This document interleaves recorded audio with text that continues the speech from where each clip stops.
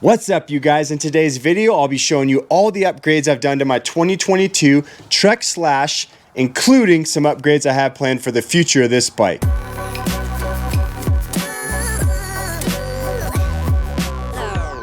Now I want to take a quick second to thank my local bike shop, Zach's Bikes, and Mark Cycling for supporting this video. Mark Cycling gave me these 3 sets of grips right here, and this bike tool right here that comes in this cool little pouch.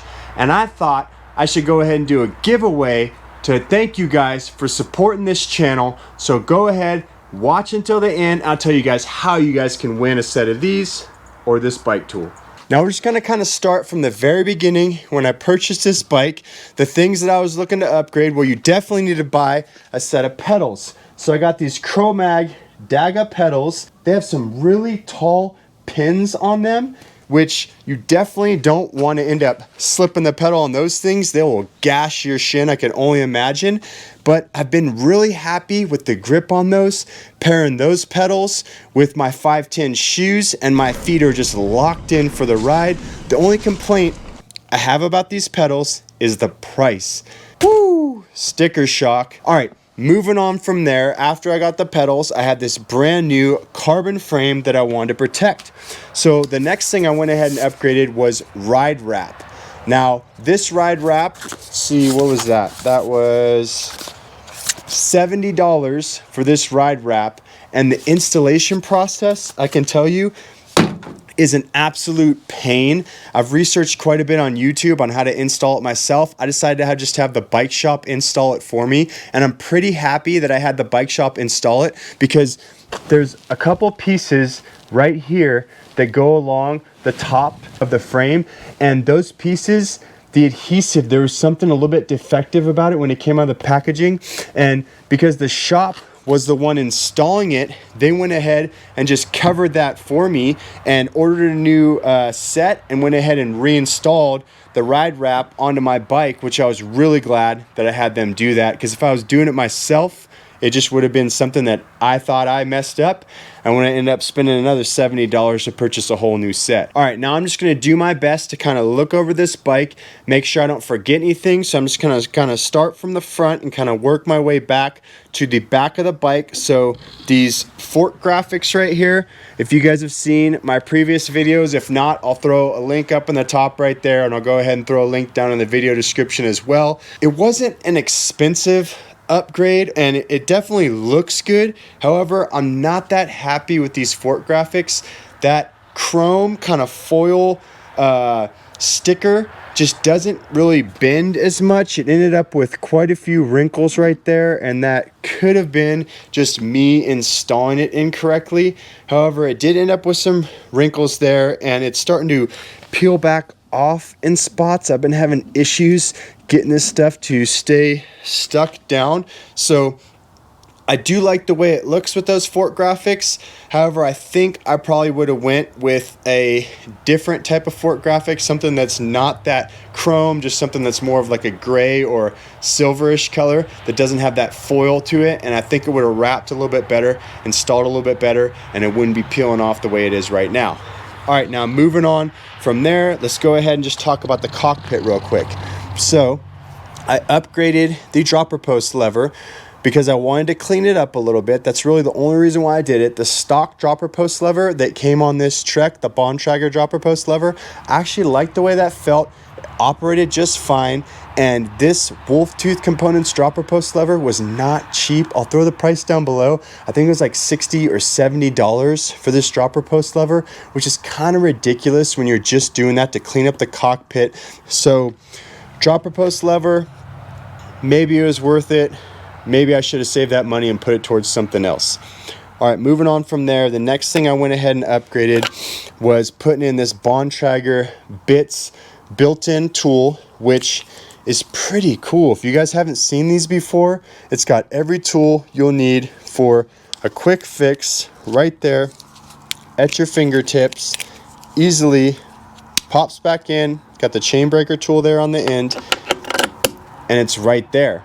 And when I was first setting this bike up and you're taking rides around and you're trying to get the levers and everything just kind of adjusted right, that tool comes in real handy. It's right there for you to make the adjustments. However, let's see, what did I pay for that? I try and keep the boxes for most of my stuff. So $89.99, so $90. My goodness, that's a lot for a tool, even though it's built in, when you could just get something like this from Mark, this tool that'll easily slide in your pocket, that I'm gonna be doing the giveaway at the end, like I said. And this thing was, I think, like $25 for this tool that has basically all the same stuff, chain breaker right there as well. And another issue I had with this tool is that it just was rattling. I'm not the guy that needs the quietest bike, but this tool right here, you can see these bolts on the side of it. I end up having to use tools to tighten my tool because this thing was just shake. It's not doing it right now, but these things were loose enough, these Allens were loose enough to where they were just shaking around and vibrating, and I was descending down the hill. It was just super annoying. So I don't think I would necessarily recommend this for you, especially if you like to ride more gnarly downhill trails where this thing's just going to be vibrating loose, shaking, and just making an annoying noise. However, if you're that type of guy who needs to have his tool quickly accessible right on your bike, this is an option. I definitely wouldn't say it's like the option or the way to go. All right, moving on from there. So we got the cockpit. We kind of covered that. I've already talked about before in my previous videos, the bars, I cut those down to 800. Moving on down to the frame. All right, so inside the frame, it has this bag right here, which fits in there pretty tight by the time you have the kit installed in there. However, I went ahead and bought a CO2 cartridge for this, some tire levers, and this extra like Schwalbe, basically like Tubolito type like tube. I actually went into my bike shop. I was looking for a Tubolito, and this is the one they had.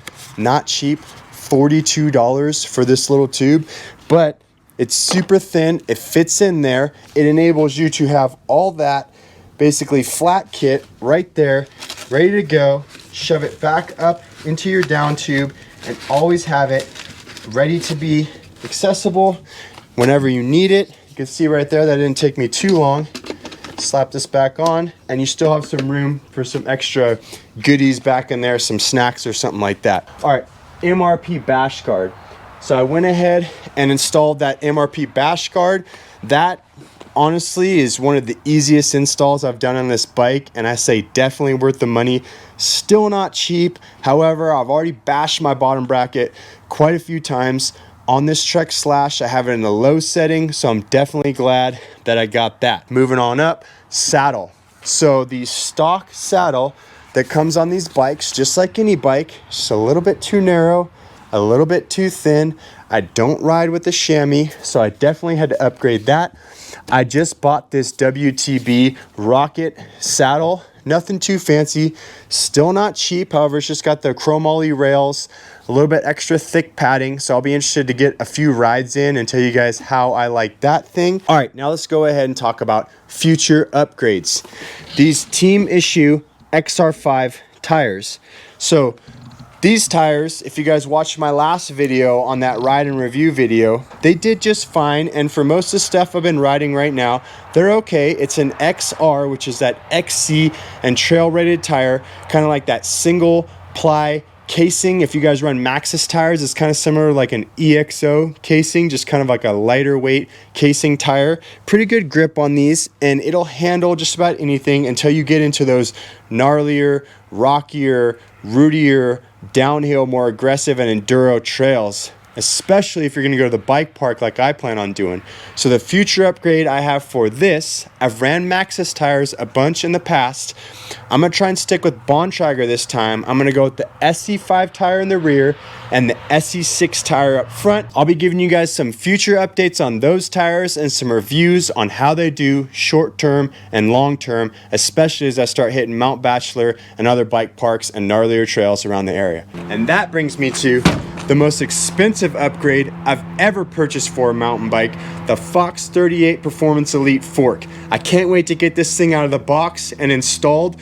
That video is probably going to come right after the grip giveaway video that I have coming next after this. So let's go ahead, set this fork aside. I'll be showing you more of this later. So my next video, I'm gonna give you guys a chance to win one of these sets of grips. This set right here, this DMR Death Grip style, I'm gonna be throwing on my bike right back here, and one of these other two right here, this super cool camo grip right there, which I actually really like that, and this other black grip, but it's got this kind of silver bar clamp right there, which is cool looking. I thought those would be both something you guys would be stoked to get a chance to win.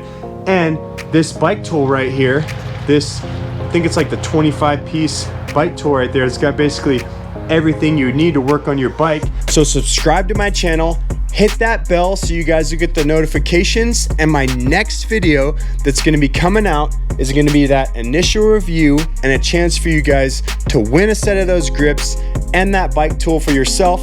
That's my way to say thank you guys for supporting this channel. Hey, if you guys got any other comments, you got any other questions, go ahead and leave a comment below. But most of all, get stoked, go ride, and have some fun, people.